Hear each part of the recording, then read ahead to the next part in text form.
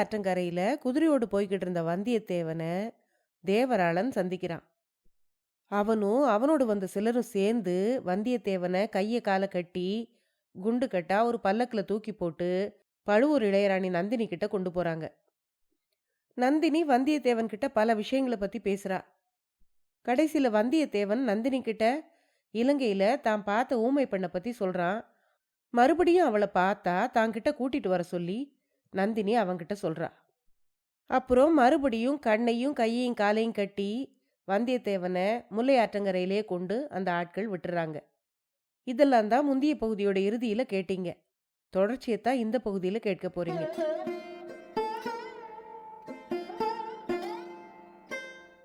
அனைவருக்கும் வணக்கம். நீங்கள் கேட்டுக்கொண்டிருப்பது கதை ரேடியோ தமிழ். அமரர் கல்கி அவர்கள் எழுதிய பொன்னியின் செல்வன் நாவலுடைய 3வது பாகத்தை கேட்டுட்டு இருக்கீங்க. இதுவரைக்கும் 14 அத்தியாயங்களை கேட்டிருக்கீங்க. 15வது அத்தியாயத்திலிருந்து இந்த பகுதியில் கேட்க போறீங்க. கதையை ஆரம்பிக்கிறதுக்கு முன்னால சேனலுக்கு வந்திருக்கிற எல்லாருக்கும் என்னுடைய அன்பான வரவேற்புகள். இப்போ வாங்க கதைக்குள்ள போகலாம். அத்தியாயம் 15 காலாமுகர்கள். உதயசூரியனுடைய செங்கதிர்கள் வந்தியத்தேவனுடைய முகத்தில் சுளீர் என்று பட்டு அவனை துயில் எழுப்பி விட்டன. உறக்கம் தெளிந்ததும் எழுந்திருக்க அவனுக்கு மனம் வரவில்லை. கண்ணை விரித்து பார்த்தான். சற்று தூரத்தில் பயங்கர ரூபமுள்ள 2 சாமியார்கள் வந்து கொண்டிருந்தார்கள். அவர்களுடைய சடை, திரிசூலம், இன்னொரு கையில் அக்கினி குண்டம் இவற்றிலிருந்து அவர்கள் காலாமுக வீர செய்வர்கள் என்பதை வந்தியத்தேவன் அறிந்து கொண்டான். இவர்களுடன் வாதப்போர் செய்வதற்கு ஆழ்வார்க்கடியான் இங்கு இல்லையே என்ற எண்ணம் அவனுக்கு உண்டாயிற்று. அந்த காலாமுக சாமியார்கள் போகும் வரையில் கண்ணை மூடிக்கொண்டு தூங்குவது போல் பாசாங்கு செய்வதென்று தீர்மானித்தான். அவர்கள் அவன் பக்கத்தில் வந்து நிற்பதாக அவன் உணர்ந்தபோது கண்களை அவன் திறக்கவில்லை. அவர்களில் ஒருவன் அருகில் வந்து கனைத்த போது அவன் கண்ணை விழித்து பார்க்கவில்லை. சிவோகம், பையன் நல்ல கும்பகர்ணனாயிருக்கிறான் என்றார் ஒருவர். இவனைப் போல ஒரு வாலிப பிள்ளை நமக்கு கிடைத்தால் எவ்வளவு நன்றாயிருக்கும் என்று சொன்னார் இன்னொருவர். அப்போது மற்றவர், ஆளை பார்த்து முகம் களையாயிருக்கிறதே என்று சொல்லுகிறாய். இவனால் நமக்கு பயன் ஒன்றுமில்லை. வெகு சீக்கிரத்தில் இவனுக்கு ஒரு பெரிய ஆபத்து வரப்போகிறது என்றார் முதலாவது வீரசைவர். மேலும் தூங்குவது போல் பாசாங்கு செய்வது மூச்சு விட முடியாமல் திணறும் உணர்ச்சியை வந்தியத்தேவனுக்கு கொடுத்தது. ஆனாலும் அச்சமயம் விழித்து எழுந்தால் தன்னுடைய பாசாங்கு வெளியாகிவிடும். மேலே அவர்கள் என்ன பேசுகிறார்கள் என்பதை கேட்க முடியாமலும் போய்விடும். தனக்கு என்ன பெரிய ஆபத்து வரப்போகிறது என்பதையும் இவர்கள் ஒருவேளை சொல்லலாம் அல்லவா என்று நினைத்து கொண்டான் அவன். ஆனால் அவன் நினைத்த எண்ணம் நிறைவேறவில்லை. சிவோகம், அவனுடைய தலையெழுத்து. நீ வா போகலாம் என்று ஒரு வீரசைவர் கூற இருவரும் அங்கிருந்து நகர்ந்து சென்றார்கள். அவர்கள் சற்று தூரம் போவதற்கு அவகாசம் கொடுத்துவிட்டு வந்தியத்தேவன் எழுந்தான். சீக்கிரத்தில் இவனுக்கு ஒரு பெரிய ஆபத்து வரப்போகிறது என்ற வார்த்தைகள் அவனுடைய காதில் ஒலித்து கொண்டிருந்தன. சரி, அவர்கள் ஏதாவது உளறிவிட்டு போகட்டும். இதுவரையில் நேராத ஆபத்து நமக்கு புதிதாக என்ன வந்துவிடப் போகிறது என்று எண்ணி தன்னைத்தானே தைரியப்படுத்தி கொண்டான் அவன். ஆனாலும் வருங்காலத்தை பற்றி அறிந்து கொள்ளும் ஆசை அவனுடைய மனதை விட்டு அடியோடு அகன்று விடவில்லை. வந்தியத்தேவன் எழுந்து நின்று பார்த்தபோது அந்த காலாமுகர்கள் சற்று தூரத்தில் ஒரு பழைய மண்டபத்தின் அருகில் போய்க் கொண்டிருப்பதை பார்த்தான். அங்கே சென்று அவர்களுடன் சிறிது பேச்சு கொடுத்து பார்க்க வேண்டும் என்ற ஆவல் வந்தியத்தேவனுக்கு உண்டானது. குதிரையை கட்டியிருந்த இடத்திலேயே விட்டுவிட்டு அங்கே போனான். மண்டபத்தை நெருங்கிய போது காலாமுகர்கள் குகையின் மறுபக்கத்தில் நின்று பேசியது அவனுடைய காதில் லேசாக விழுந்தது. அந்த பையன் பொய்த்தூக்கம் தூங்கவில்லை, உண்மையாகவே தான் தூங்கியிருக்க வேண்டும் என்று சொன்னார் ஒருவர். அது எப்படி நிச்சயமாக சொல்லுகிறாய் என்றார் இன்னொருவர். அபாயம் வரப்போகிறது என்ற வார்த்தைகளை கேட்ட பிறகு அதை பற்றி தெரிந்து கொள்ள வேண்டும் என்று விரும்பாத மனிதர் யாரையும் நான் இதுவரையில் கண்டதில்லை என்றார் இன்னொருவர். பையன் நல்ல தீரனாக தோன்றுகிறான். அவனை நம்மோடு சேர்த்து கொண்டால் நன்றாகத்தான் இருக்கும். நீ என்ன சொல்லுகிறாய் என்று கேட்டார் ஒரு வீரசைவர். இவனை போன்ற வாலிபர்கள் எதற்காக? இன்னும் கொஞ்ச நாளில் இந்த சோழ நாட்டின் சிம்மாசனம் ஏறப்போகிறவனே காலாமுகத்தை சேரப்போகிறான். அட, நீ யாரை சொல்கிறாய்? வேறு யாரை? மதுராந்தகத்தேவனைத்தான் சொல்லுகிறேன். இது கூட உனக்கு தெரியவில்லையா? அது எப்படி? மற்ற 2 பேர் என்ன ஆவார்கள்? ஒருவன்தான் கடலில் மூழ்கி இறந்து விட்டானாம். இன்னொருவனுடைய காலம் குறுகி கொண்டிருக்கிறது. வந்தியத்தேவன் அதற்கு மேல் அந்த காலாமுக சாமியார்களின் பேச்சை கேட்க சிறிதும் விரும்பவில்லை. அவர்களுடன் பேச்சு கொடுக்கவும் எண்ணவில்லை. விரைவிலேயே பழையாறையை அடைந்து இளவரசியிடம் செய்தியை சொல்லிவிட்டு காஞ்சிக்கு போக விரும்பினான். எல்லாருக்கும் மேலாக தான் அதிகம் கடமைப்பட்டிருப்பது ஆதித்த கரிகாலருக்கு அல்லவா? அவரை எத்தனையோ விதமான அபாயங்கள் சூழ்ந்திருப்பது உண்மை. பார்த்திபேந்திரன் கூட பழுவூர் ராணியின் மாய வலையில் விழுந்து விட்டான். எந்த காரியத்திலும் படபடப்புடன் இறங்கக்கூடியவரான ஆதித்த கரிகாலர் எப்போது எந்தவித அபாயத்துக்கு உள்ளாவாரோ தெரியாது. அவரிடம் சென்று அவரை காத்து நிற்பது தன்னுடைய முதன்மையான கடமை. வழியில் வீண் பொழுது போக்குவது பெருங்குற்றம். இந்த கணமே சென்றுவிட வேண்டும். இப்படி எண்ணிக்கொண்டே சத்தமில்லாமல் திரும்பிச் சென்று குதிரை மீது ஏறிக்கொண்டான். குதிரையை வேகமாக தட்டிவிட்டான். காலாமுகர்களின் குகையோரமாக சென்றபோது அவர்கள் தன்னை வெறித்து நோக்குவதைக் கண்டான். ஒரு முகம் அவன் எப்போதோ பார்த்த முகம் போல தோன்றியது. ஆனால் நின்று பார்க்க விருப்பமின்றி மேலே சென்றான். வழியில் ஜன நெருக்கமான பல கிராமங்களை அவன் பார்த்தான்.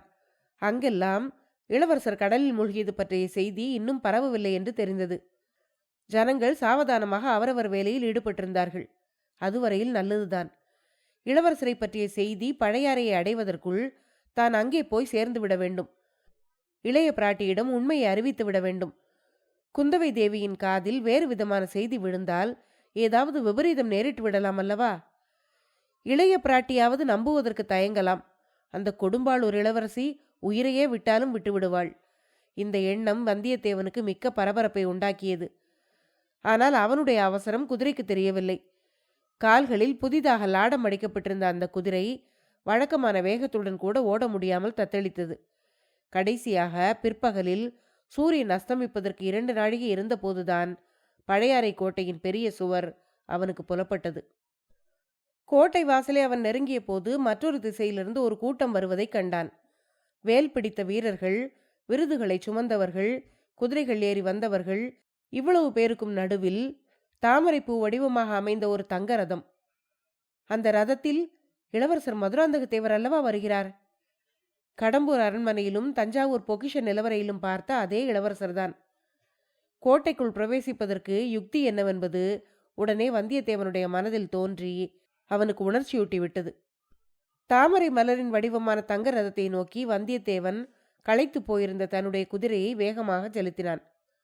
மதுராந்தகத்தேவருடைய பரிவாரங்களில் யாரும் அவ்விதம் ஒருவன் செய்யக்கூடும் என்று எதிர்பார்க்கவில்லை. ஆகையால் அவனை யாரும் தடுக்க முன்வருவதற்குள் குதிரை ரதத்தின் சமீபத்தை அடைந்துவிட்டது. அந்த சமயத்தில் வந்தியத்தேவன் குதிரை மீது எழுந்து நின்றான். ரதத்தில் வீற்றிருந்த மதுராந்தகரை உற்று பார்த்துவிட்டு, ஐயா, அபாயம் அபாயம் என்று குரலை கிளப்பினான். உடனே தடால் என்று குதிரை மீதிருந்து தரையில் விழுந்து உருண்டான். குதிரை சில அடி தூரம் அப்பால் சென்று நின்றது. இவ்வளவும் சில வினாடி நேரத்தில் நடந்துவிட்டது. மதுராந்தகத்தேவரின் பரிவாரத்தைச் சேர்ந்த சிலர் அவனுடைய குதிரை ரதத்தை நோக்கி போவதைக் கண்டு அவசரமாக கத்தியை உரையிலிருந்து எடுத்தார்கள். சிலர் வேலை எறிவதற்கு குறிப்பார்த்தார்கள். அதற்குள் அவன் குதிரை மேல் நிற்க முயன்று கீழே விழுந்து விட்டபடியால் அவர்களுடைய கவலை நீங்கியது. பிறகு கீழே விழுந்தவனை பார்த்து எல்லோரும் சிரித்தார்கள். மதுராந்தகரும் சிரித்தார். அதற்குள் ரதம் நிறுத்தப்பட்டிருந்தது. அவர் கையை காட்டி சமிக்ஞை செய்யவே வீரர்கள் இருவர் வந்தியத்தேவன் அருகில் சென்று அவனை தூக்குவதற்கு முயன்றார்கள். அதற்குள் அவனே எழுந்து உட்கார்ந்தான். குதித்து எழுந்து நின்றான். தான் விழுந்தது பற்றி சிறிதும் கவனியாதது போல் இளவரசர் மதுராந்தகரையே உற்று பார்த்து கொண்டிருந்தான்.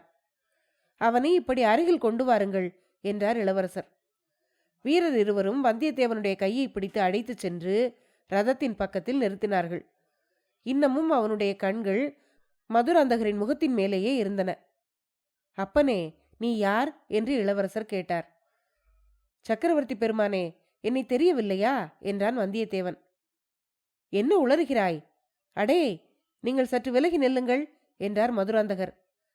மற்ற வீரர்கள் விலகினார்கள். என்னை யார் என்று எண்ணிக்கொண்டாய் என்று மறுபடியும் மதுராந்தகர் கேட்டார்.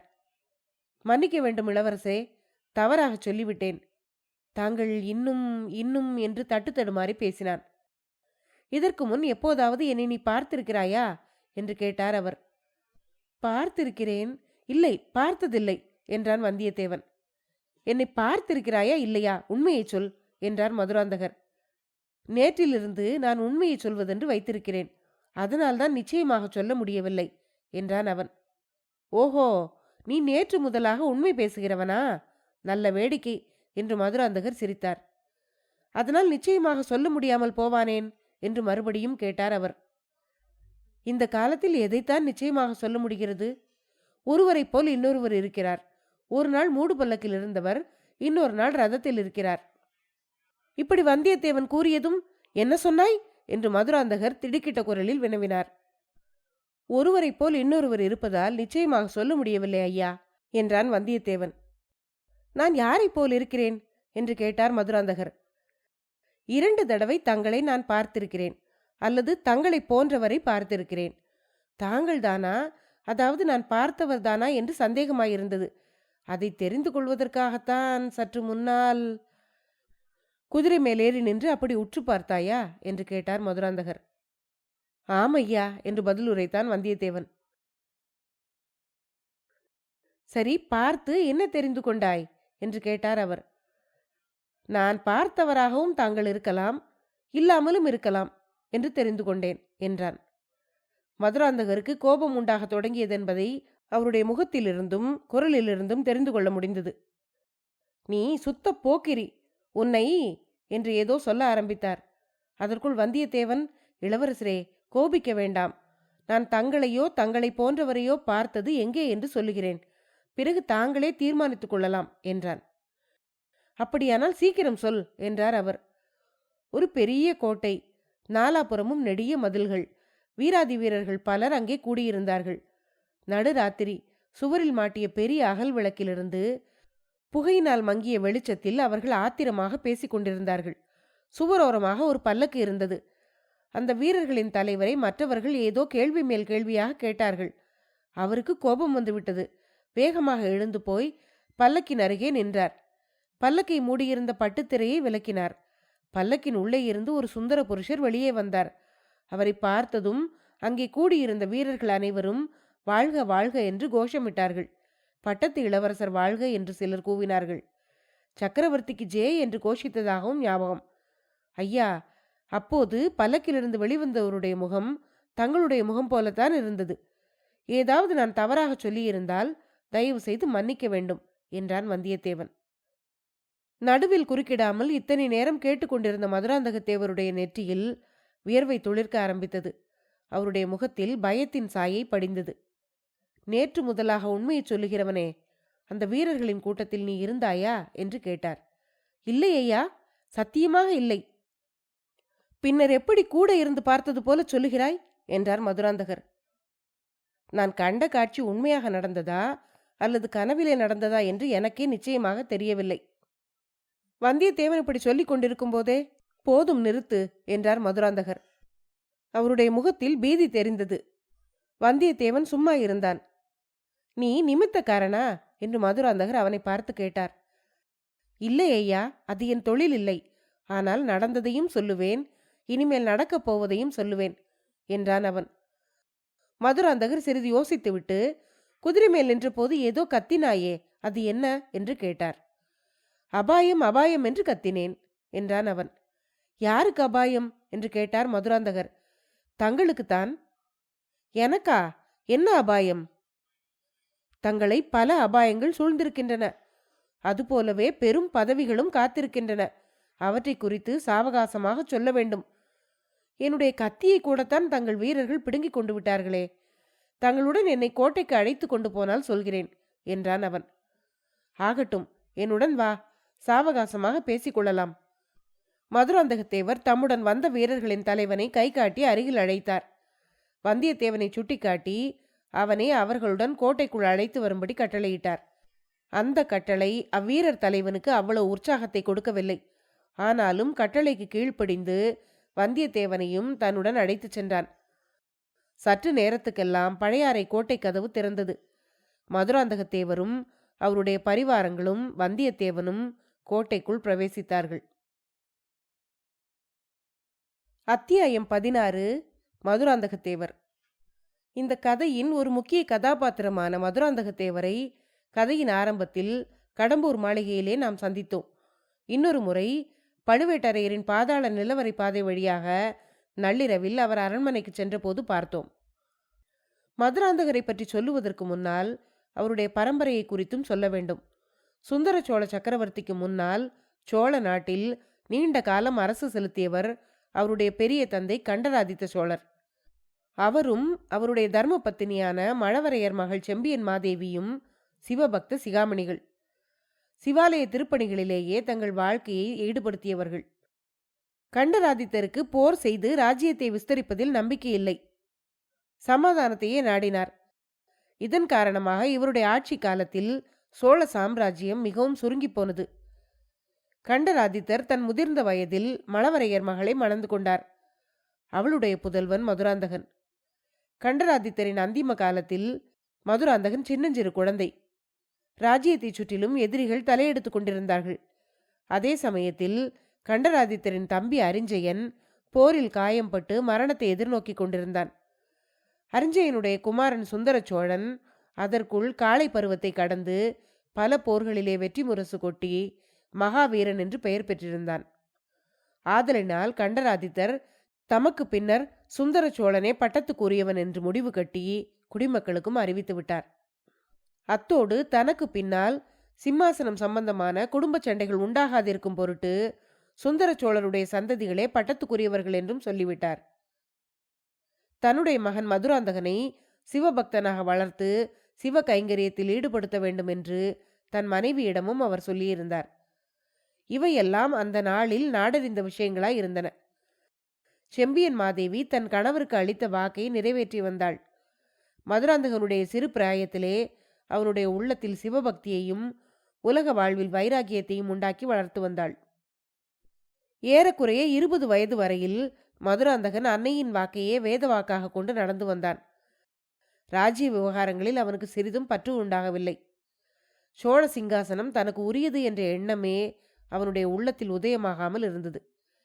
2 வருஷங்களுக்கு முன்னால் சின்ன பழுவேட்டரையரின் மகளை மணந்ததிலிருந்து அவனுடைய மனம் மாறத் தொடங்கியது. ஆரம்பத்தில் லேசாக தலை காட்டிய ஆசைக்கு பழுவூர் இளையராணி நந்தினி தூபம் போட்டு பெரிதாக்கி வந்தாள். சிறிய தீப்பொறி அதிவிரைவில் பெரிய காட்டுத்தீ ஆகிவிட்டது. சுந்தர சோழருக்கு சிம்மாசனத்தில் பாத்தியதை இல்லை என்றும் தனக்கே சோழ சாம்ராஜ்யம் வந்திருக்க வேண்டும் என்றும் அவன் நினைக்க தொடங்கினான். அதிலும் இப்போது சுந்தர சோழர் நோய்வாய்ப்பட்டு படுத்த படுக்கையாகி ராஜ்யத்தை கவனிக்க முடியாத நிலைமையில் இருந்தார் அல்லவா? ஆதலால் தான் உடனடியாக தஞ்சாவூர் சிங்காசனம் ஏறி ராஜ்யபாரத்தை ஏற்றுக்கொள்ள வேண்டும் என்றும் நினைத்தான். இவ்விதம் மதுராந்தகனுக்கு ஏற்பட்டிருந்த அரசுரிமை வெறியை கட்டுக்குள் அடக்கி வைப்பது பழுவேட்டரையர்களின் பொறுப்பாய் இருந்தது. அவசரப்பட்டு காரியத்தை கெடுத்துவிட அவர்கள் விரும்பவில்லை. சுந்தர சோழரின் 2 புதல்வர்களும் வீராதி வீரர்கள். அவர்களுடைய வீர செயல்களினாலும் பிற குணாதிசயங்களினாலும் குடிமக்களின் உள்ளங்களில் அவர்கள் இடம்பெற்றிருந்தார்கள். கொடும்பாளூர் வேளார், திருக்கோவலூர் மலையமான் என்னும் 2 பெரும் தலைவர்கள் சுந்தர சோழரின் புதல்வர்களை ஆதரித்து நின்றார்கள். சோழர் படையிலும் ஒரு பெரும்பகுதி சுந்தர சோழரின் புத்திரர்களையே விரும்பினார்கள். ஆகையால் சக்கரவர்த்தி உயிரோடு இருக்கும் வரையில் பழுவேட்டரையர்கள் பொறுமையுடன் இருக்க தீர்மானித்தார்கள். இதற்கு இடையில் சக்கரவர்த்தியின் மனமும் சிறிதளவு மாறி இருந்ததை அவர்கள் அறிந்து கொண்டார்கள். தமக்கு பிறகு இளவரசர் மதுராந்தகருக்குத்தான் பட்டம் என்று சுந்தர சோழரே சொல்லிவிட்டால் ஒரு தொல்லையும் இல்லை. இதற்கு குறுக்கே நின்று தடை செய்யக்கூடியவர்கள் இளைய பிராட்டியும் செம்பியன் மாதேவியும் தான். இளைய பிராட்டியின் சூழ்ச்சிகளை மாற்று சூழ்ச்சிகளினால் வென்றுவிடலாம். ஆனால் தமிழ்நாடெங்கும் தெய்வாம்சம் பெற்றவராக போற்றப்பட்டு வரும் செம்பியன் மாதேவி தடுத்து நின்றால் அந்த தடையை கடப்பது எளிதன்று. அந்த பெருமாட்டி தான் பெற்ற புதல்வன் சிம்மாசனம் ஏறுவதை விரும்பவில்லை என்பது எல்லோருக்கும் தெரிந்த விஷயமாய் இருந்தது. அன்னையின் வார்த்தையை மீறி மகன் சிங்காசனம் ஏறுவதை குடிமக்கள் எப்படி ஏற்றுக்கொள்வார்கள்? ஆகையினால் அன்னையிடம் சொல்லி அவர் மனதை மாற்றும்படி மதுராந்தகத்தேவரை அடிக்கடி பழுவேட்டரையர்கள் தூண்டிக் கொண்டிருந்தார்கள். மதுராந்தகர் இந்த காரியத்தில் மட்டும் உற்சாகம் காட்டவில்லை. ராஜ்யம் ஆளும் ஆசை அவருடைய உள்ளத்தில் வெறியாக மூண்டிருந்தது. ஆனால் அன்னையிடம் இதை பற்றி பேச மட்டும் அவர் தயங்கினார். ஏன், அந்த மூதாட்டியை சந்தித்து பேசுவதற்கே அவர் விரும்பவில்லை. இப்போது செம்பியன் மாதேவியே தஞ்சைக்கு செய்தி சொல்லி அனுப்பியிருந்தார். தமது கணவருடைய விருப்பங்களில் முக்கியமானதொரு விருப்பத்தை நிறைவேற்ற திட்டமிட்டிருப்பதாகவும் அந்த சந்தர்ப்பத்தில் தன்னுடைய குமாரன் தன்னுடன் இருக்க வேண்டும் என்றும் அந்த கடிதத்தில் தெரியப்படுத்தியிருந்தார். அதன்படியே சின்ன பழுவேட்டரையர் மதுராந்தகரை பழையாறைக்கு போய் வரும்படி கூறினார். இந்த சந்தர்ப்பத்தில் தஞ்சை சிங்காதனத்துக்கு தனக்குள்ள உரிமை பற்றி தாயிடம் வாதாடி அவருடைய மனதை மாற்ற முயலும்படியும் சொல்லி அனுப்பினார். அத்தியாயம் 16 முடிவடைந்தது. அடுத்த பகுதியில் அடுத்து வரும் அத்தியாயங்களை கேட்கலாம். நன்றி.